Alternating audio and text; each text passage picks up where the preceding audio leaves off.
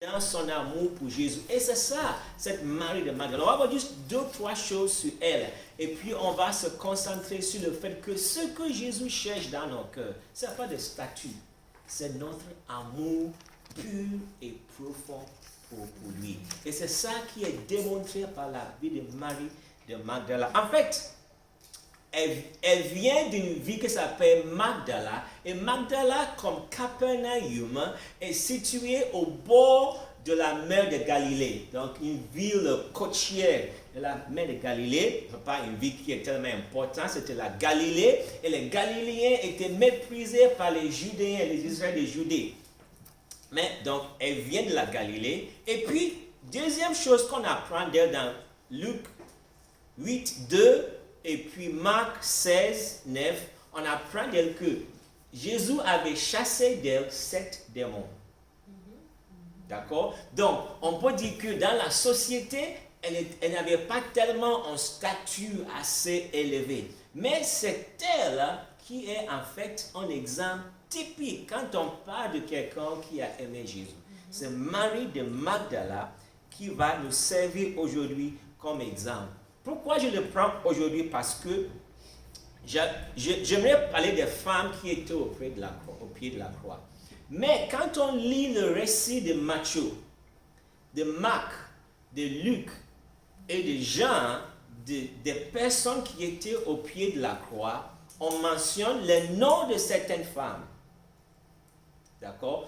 Et Luc ne mentionne pas les noms des femmes qui étaient au pied de la croix. Luc ne dit pas les noms. Et il dit simplement qu'il y avait des femmes au pied de la croix, sans citer des noms. Matthieu en mentionne quelques-unes. Marc en mentionne quelques-unes. Et Jean aussi en mentionne quelques-unes. Tout en ajoutant qu'il y avait donc ces trois-là et d'autres encore. Mais chacun, Matthieu, Marc et Jean qui mentionne les noms des femmes qui étaient au pied de la croix, chacun de ces trois auteurs mentionne Marie Madeleine ou Marie de Magdala. Et puis d'autres variantes, d'autres personnes qui étaient là, mais chacun d'eux mentionne le nom de Marie de Magdala.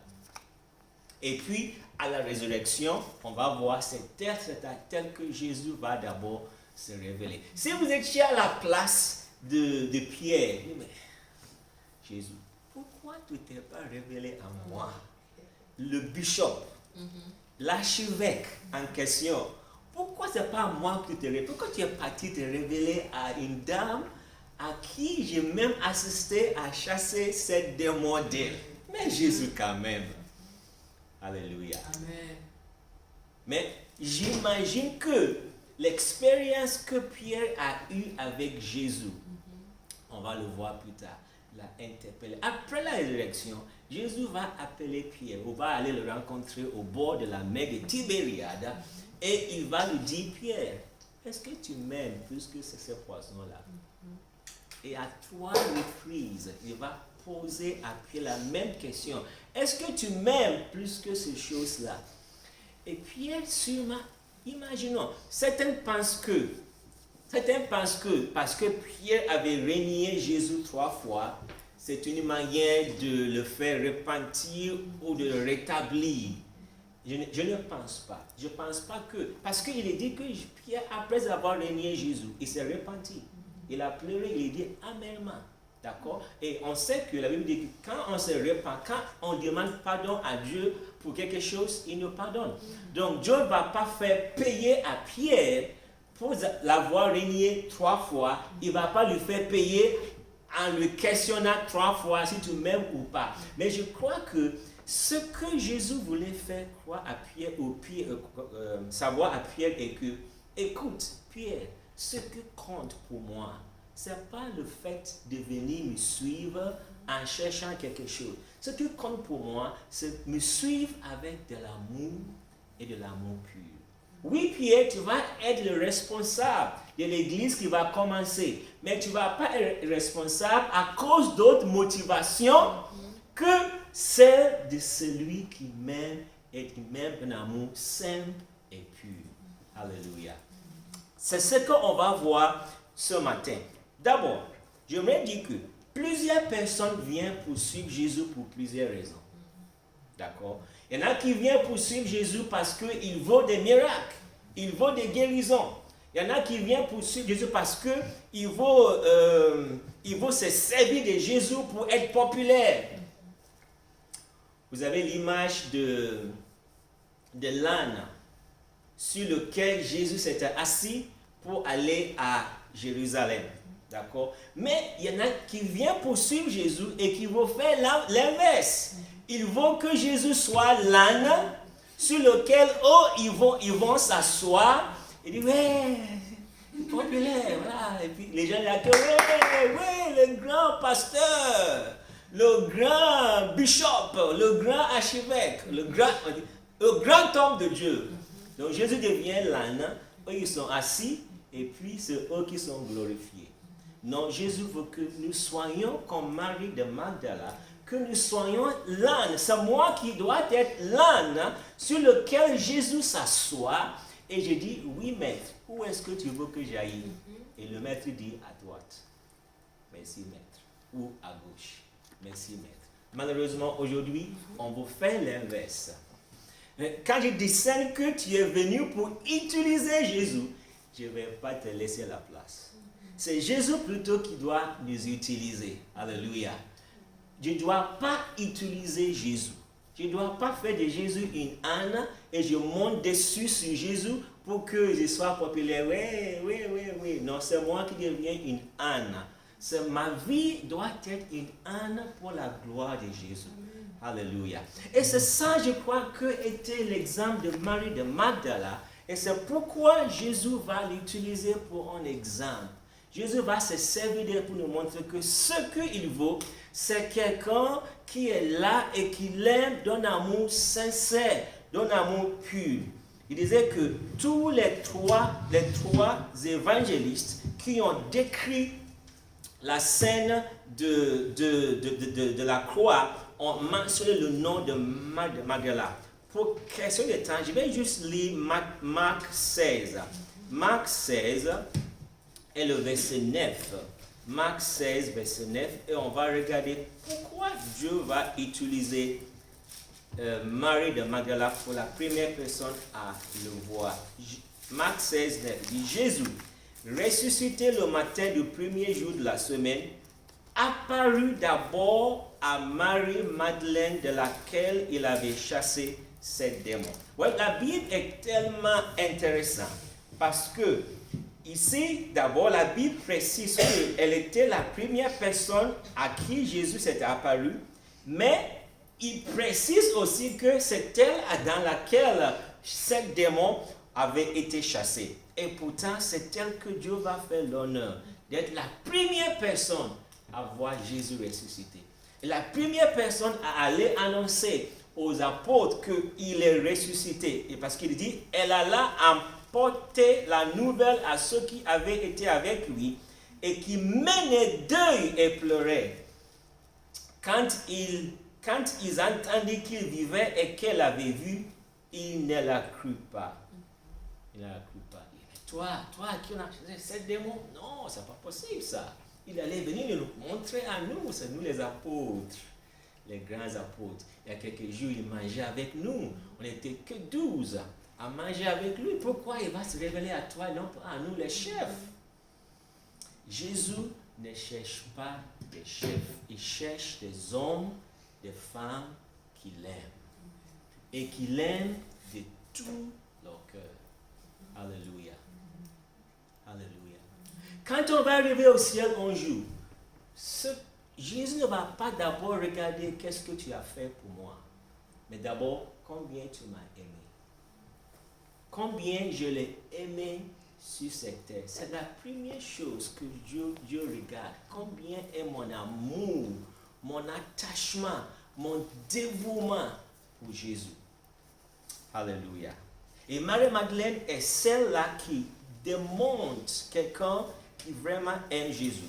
J'aimerais que nous voyions juste quelques passages pour regarder comment cette femme aime Jésus. D'abord, Luc, chapitre 8 et au verset 2.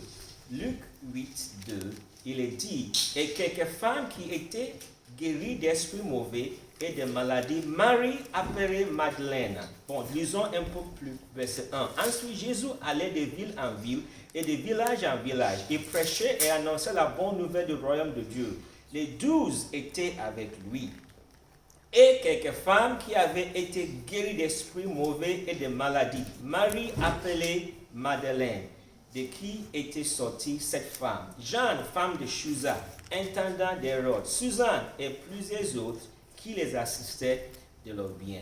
Donc, on sait que depuis Galilée, Marie-Madeleine a commencé à suivre Jésus.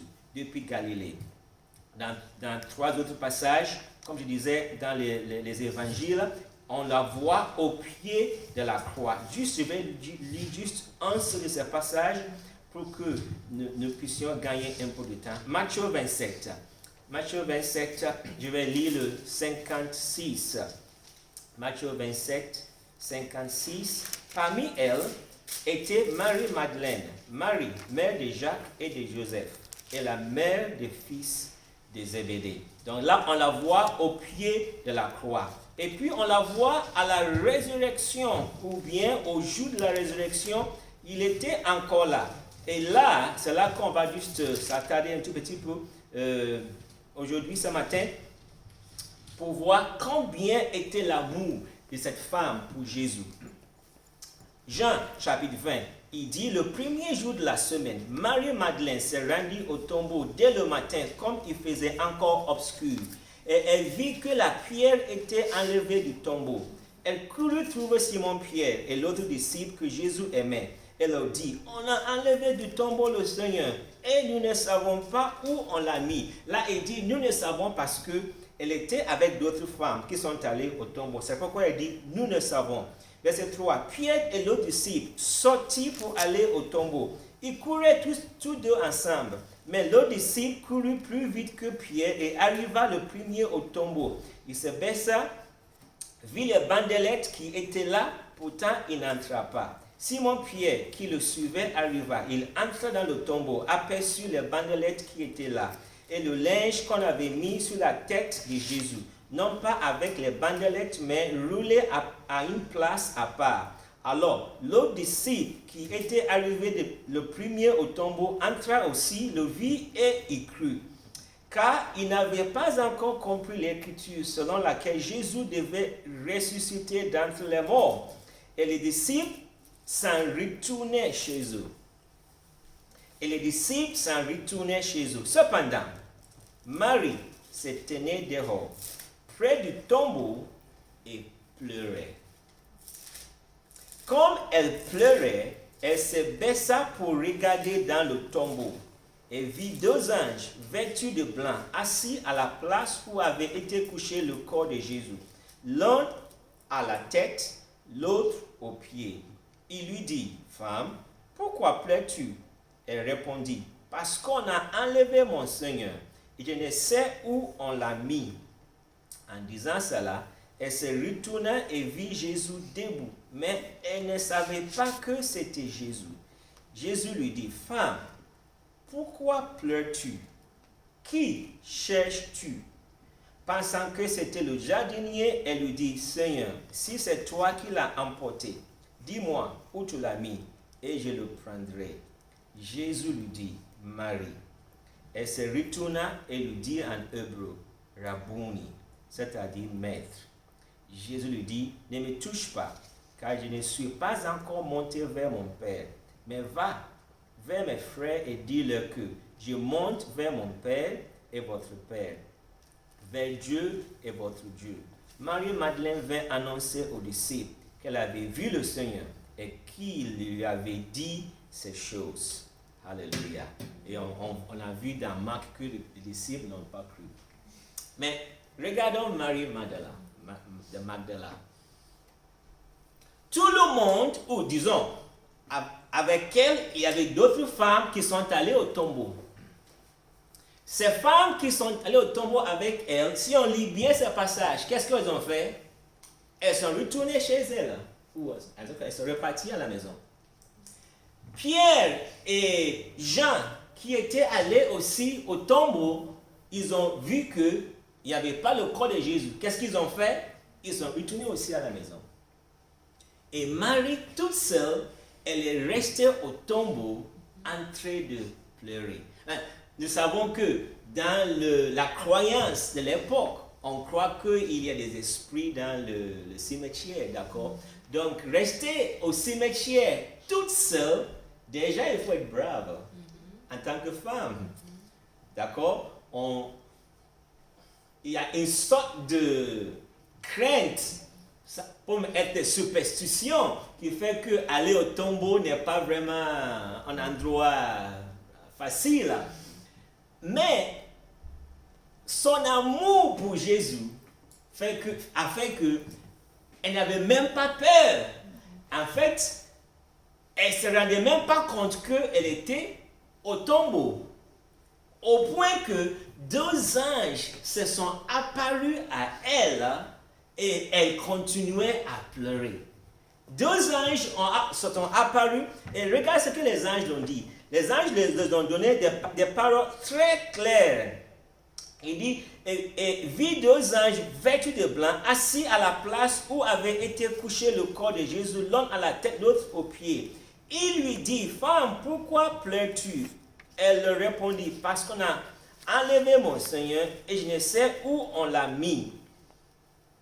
Dans d'autres passages, d'autres évangiles, il dit que ces anges, en fait, l'ont dit que pourquoi cherches-tu le vivant parmi les morts? Donc les anges l'ont fait voir qu'il est ressuscité. Mais ça ne le suffisait pas. Elle voulait voir son Seigneur. Alléluia. Son amour pour Jésus n'était pas suffisant pour dire que oui, il est ressuscité, il est parti, c'est fini. Elle voulait voir son maître.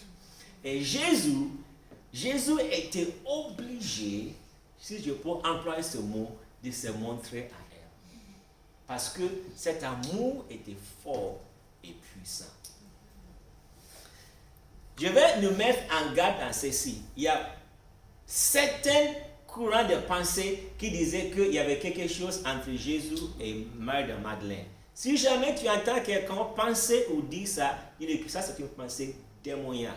Ça vient de l'abîme, ça vient du diable, ça vient de Satan. Il n'y avait rien entre Jésus et Marie de Magdala. Il y avait tout simplement une femme qui aimait Jésus. D'un amour profond, sincère. Et que Jésus veut qu'elle soit un exemple pour nous tous. Elle aimait sincèrement Jésus. Pour ce que Jésus a fait pour elle, je crois, mais pour ce que Jésus est également. Parce que Jésus ne veut pas que nous l'aimons à cause de ce qu'il a fait pour nous, mais pour ce qu'il est. Quand nous découvrons ce qu'il est, tout simplement, que ça soit suffisamment assez pour que nous puissions aimer Jésus. Alléluia. Et Marie-Madeleine aimait Jésus d'un amour profond. Un amour que personne ne peut contester. Elle aimait Jésus profondément. Quand Jésus va rencontrer Pierre, après sa résurrection, toujours dans Jean chapitre 21 cette fois-ci. Jean 21. Verset 14. C'était déjà la 3e fois que Jésus se manifestait à ses disciples depuis qu'il était ressuscité d'entre les morts. Après qu'ils eurent mangé, Jésus dit à Simon-Pierre, Simon, fils de Jonas, m'aimes-tu plus que ne le font ceux-ci? Il lui répondit, oui Seigneur, tu sais que je t'aime. Jésus lui dit, prends soin de mes agneaux. Il lui dit une seconde fois, Simon, fils de Jonas, m'aimes-tu? Pierre lui répondit, oui Seigneur, tu sais que je t'aime. Jésus lui dit, sois le berger de mes brebis. Il lui dit pour la 3e fois, Simon, fils de Jonas, m'aimes-tu? Pierre fut attristé de ce qu'il lui avait dit pour la 3e fois, m'aimes-tu? Et il lui répondit, Seigneur, tu sais toutes choses, tu sais que je t'aime. Jésus lui dit, prends soin de mes brebis. En vérité, je te le dis, quand tu étais plus jeune, tu attachais toi-même ton vêtement et tu allais où tu voulais. Mais quand tu seras vieux, tu étendras tes mains et un autre t'attachera et te mènera où tu ne voudras pas. Il dit cela pour indiquer par quel mot Pierre glorifierait Dieu. Après avoir ainsi parlé, il lui dit, suis-moi. Il lui dit, suis-moi. Je vois deux choses ici. D'abord, Jésus dit à Pierre que, parce qu'au début, il s'agissait du ministère, paie mes brebis. D'accord? Prends soin de mes agneaux. Ça, c'est le ministère. Et puis après, suis-moi. Ça, c'est personnel. Ce n'est pas le ministère, c'est personnel. Donc, ce que Jésus est en train de dire à Pierre ici est que ça soit en me suivant de ta vie personnelle, que ça soit pour le ministère, la seule chose qui compte, c'est ton amour pour moi. Alléluia. Que ça soit ma marche avec Jésus, que ça soit mon service pour Jésus. Jésus ne vaut pas d'autre motivation que la motivation de l'aimer purement et simple. Il disait que beaucoup de gens aujourd'hui viennent pour suivre Jésus ou pour servir Jésus pour d'autres motivations que celle de tout simplement aimer Jésus. Pourquoi j'utilise Pierre et Marie de Magdala? Parce que Pierre est devenu incontestablement le leader de l'Église à l'époque. En fait, Paul, dans ses écrits, il dit que Pierre était l'apôtre pour les Juifs et lui l'apôtre pour les païens, pour les non-juifs. Donc, Pierre est désigné clairement que le responsable de l'Église qui était resté en Israël. Donc, que ce soit Pierre, le plus grand apôtre, que ce soit Marie de Magdala, la plus petite ou la plus méprisée, la seule chose que Jésus demande de nous tous en le suivant, c'est de l'amour et de l'amour pur. Que ce soit dans mon service, que je veux le servir, Jésus ne veut pas que je vienne le servir pour d'autres motivations. Pas parce que je veux rouler dans une belle voiture. Une fois, je me rappelle, j'ai assisté à une consultation de missionnaires en Côte d'Ivoire. Et quelqu'un a pris la parole. On parlait en fait de motivation de servir le Seigneur. Et il a dit que dans l'église où il était, responsable de l'église, il y avait un jeune homme qui voulait devenir pasteur, qui voulait servir le Seigneur. Et il lui a dit, mais pourquoi tu veux servir le Seigneur? Quand je vois le pasteur assis derrière la chaire, et il croise ses pieds, oh, c'est tellement joli. Donc sa motivation pour servir le Seigneur, c'est parce que le pasteur, quand il est assis derrière là-bas, il croise ses pieds, c'est tellement joli, il veut être comme lui. Ça c'est juste un exemple, mais des gens viennent pour servir le Seigneur parce qu'il veut de l'argent, il veut la popularité, il veut être connu, il veut qu'il devienne un star. Tellement de motivation.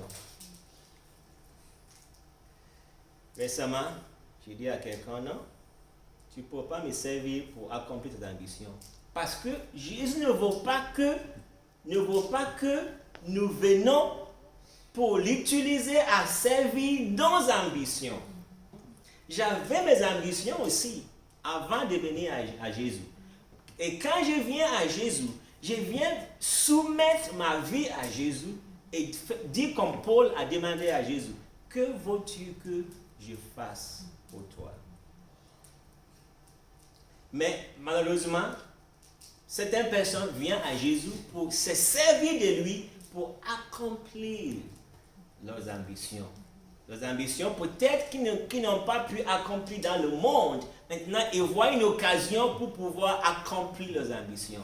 Je sais pourquoi, je crois pourquoi Jésus a dit, l'une des raisons pourquoi il a dit qu'à la fin des temps, plusieurs viendront à lui dire, oh, j'ai fait des miracles en ton nom, j'ai guéri en ton nom. Il dit, je ne te connais pas. Je ne te connais pas. Pourquoi? Oui, il n'a pas dit que tu n'as pas, il n'a pas dit que ce n'est pas vrai, c'est faux. Tu n'as pas fait les miracles. Parce qu'il a dit, hein, il dit, je ne te connais pas. Donc, ces gens-là ont fait des miracles et des guérisons en son nom, mais en utilisant Jésus comme une âne. Ils n'ont pas laissé Jésus se servir d'eux. Donc, ça veut dire que quelqu'un pour servir le Seigneur, faire des miracles et à la fin des temps, parce qu'il s'est servi de Jésus plutôt que de se laisser servir par Jésus, Jésus va lui dire, je ne te connais pas. En fait, je ne t'ai jamais connu. Éloigne-toi de moi. Vous pratiquez, il est dit, vous qui pratiquez l'iniquité. Il n'a pas dit les iniquités ou des péchés, l'iniquité. Il me dit, quelle est cette iniquité-là que ces gens ont fait? Parce qu'ils ont voulu se servir de Jésus. Ils ont voulu faire de Jésus une âne, au lieu qu'eux soient l'âne sur lequel Jésus va monter. Quelle est ma motivation pour servir le Seigneur? Est-ce parce que j'aime Jésus, comme Marie de Magdala, ou bien parce que je cherche quelque chose d'autre? Je crois que la raison pour laquelle Jésus a interpellé Pierre 3 fois, parce que Jésus connaît le cœur de tout le monde. Et quand Jésus parlait à Pierre ici, rappelez-vous, si vous lisez le contexte, il y avait 6 autres des apôtres. Ils étaient 7 en tout. Pierre a dit dans ce contexte, je vais à la pêche. Et 6 autres aussi l'ont suivi. Donc quand il parlait à Pierre, les 6 autres aussi, ils écoutaient. Et c'était pour eux aussi. Et ce que Jésus a dit à Pierre ici, non simplement ça a servi à Pierre et 6 autres, mais ça sert à nous tous. Pourquoi est-ce que je veux suivre Jésus? Pourquoi est-ce que je veux servir Jésus? Est-ce d'une motivation tout simplement pure et saine? Pierre avait suivi Jésus pendant 3 ans et demi jusqu'à là. Et rappelez-vous, pendant tous ces 3 ans et demi, il y avait des conflits entre eux, les disciples, à savoir qui va être le plus grand, qui va occuper la place la plus importante auprès de Jésus. Donc, il y avait cette lutte-là, cette motivation qui n'était pas sincère, qui n'était pas pure. Et Jésus, avant de monter au ciel, il voulait faire montrer à Pierre que Pierre, la seule motivation pour laquelle je te permets de me suivre et de me servir, que ce soit une motivation de l'amour saint pour moi. Alléluia. Et je crois que Pierre a appris cette leçon-là. Et les 6 autres aussi qui étaient à côté. Et par extension, nous tous. Regardons, tout simplement, pour conclure, regardons. Pourquoi est-ce que Judas a trahi Jésus? C'est parce que l'ambition par laquelle il est venu, il ne le voyait pas accomplir. Il est venu pour quelque chose. Et ce qu'il voulait voir, ça ne s'accomplissait pas. Il dit, mais, j'ai laissé ma famille, ma femme, mes enfants, mon boulot pour te suivre. Je croyais que j'allais gagner ceci et cela. Oh, écoutons, balançons-les. Tu vois, il n'avait pas la vraie motivation pour suivre Jésus. Et, comme récemment aussi, quand quelqu'un te suit, et il te suit avec une ambition, il va finir par te trahir. Quand il voit que ses ambitions ne sont pas accomplies. Il te suit parce qu'il s'attend à quelque chose. J'aime beaucoup cette tradition à Caen, de là où je viens au Ghana. Je crois qu'ils le font aussi en Côte d'Ivoire. Le roi, on le monte sur le cou des gens. Ou le chef, on le monte sur le cou des gens. Oui, Jésus, s'il est notre roi, notre chef, c'est nous qui devons céder notre cou et dire, monte sur mon cou et glorifie ton nom. Ce n'est pas moi qui dis, Jésus, baisse-toi, je vais monter sur ton cou. Et puis toi, tu vas m'apporter où tu veux que j'aille. Non, où je veux y aller. C'est lui qui doit monter sur notre cou et qui doit nous dire à gauche, à droite, tout droit, marche arrière, arrête, assieds-toi, debout. Quoi que ce soit qu'il veut, nous voulons lui obéir. Et nous lui obéissons par pur amour. Alléluia. Alléluia. Amen. Franchement, je veux voir des hommes, des femmes, des enfants qui veulent aimait Jésus comme Marie de Magdala. Pur amour pour lui. Pur amour. Quand elle croyait que Jésus devant lui était le jardinier, il dit, montre-moi où tu l'as déposé et moi je vais aller le porter. Mais écoute, Marie, tu sais ce que c'est? Encore quelqu'un qui est d'abord un homme, il est lourd, d'accord? Jésus était un menuisier, un charpentier. Et quand quelqu'un est mort, le poids est beaucoup plus que le poids d'une personne qui est vivante. Marie, tu peux porter le corps de Jésus, mais son amour était profond que elle ne pouvait pas laisser, elle ne pouvait pas imaginer son maître volé ou emporté par qui que ce soit. Elle ne pouvait pas imaginer où est-ce qu'il est. Mon maître, je l'aime trop. Alléluia. C'est cet amour qui doit nous dévorer. L'amour de Dieu nous dévore. Il est dit de Jésus, l'amour de ta maison me dévore. Le zèle pour ta maison me dévore. Pour nous, le zèle pour Jésus, l'amour pour Jésus doit nous dévorer complètement. Et que tous nos services, toute notre marche pour Jésus, tous nos services pour lui soient motivés par cet amour pur et amour simple, tout simplement, comme ça a été le cas de Marie de Magdala. Alléluia. En conclusion, quelle est la preuve que j'aime Jésus en fait? Jean chapitre 14. Quelle est la preuve de l'amour, mon amour pour Jésus? Est-ce que c'est tout simplement de l'amour sentimental? Ou bien est-ce qu'il y a une preuve que j'aime Jésus? Parce que si on parle d'amour tout simplement, on peut s'arrêter pensant qu'il s'agit d'amour du sentimental. Non, l'amour pour Jésus est concret et défini dans la Bible. Jean 14, 21, 24. Il dit, celui qui a mes commandements et qui les garde, c'est celui qui m'aime. Vous voyez? Celui qui a mes commandements et qui les garde, c'est celui qui m'aime.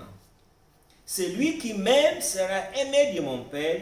Moi aussi, je l'aimerai et je me manifesterai à lui. Jude, non pas l'Iscariote. Il y avait deux Judes qui suivaient Jésus. Jude ou Judas, c'est le même nom. Donc, Jude, non pas l'Iscariote. Parce que là, à ce stade-là, l'Iscariote, Judas, était déjà parti, quitté pour aller trahir Jésus. Lui dit, Seigneur, comment se fait-il que tu vois te manifester à nous et non au monde? Jésus lui répondit, si quelqu'un m'aime, il gardera ma parole et mon Père l'aimera. Nous viendrons vers lui et nous ferons notre demeure chez lui. Celui qui ne m'aime pas ne garde pas mes paroles. Et la parole que vous entendez n'est pas de moi, mais du Père qui m'a envoyé. Alléluia. Quelle est la preuve que j'aime Jésus? Je vais garder sa parole. Je vais m'attacher à sa parole. Je ne vais pas banaliser sa parole. Je vais prendre sa parole au sérieux. Je vais m'attacher à ce qu'il a dit. C'est la preuve que je l'aime. Il dit, quand je l'aime ainsi, lui aussi, il va m'aimer. Son Père, le Père va m'aimer. Le Père et lui, ils viendront. Ils vont faire de moi sa demeure. Alléluia. La demeure de Dieu. Alléluia. Seigneur, fais de nous des tels hommes et des femmes qui t'aiment d'un amour pur et sincère, profond, qui vont te suivre avec la bonne motivation, non pas pour se servir de toi, mais pour que toi, tu te sers de nous.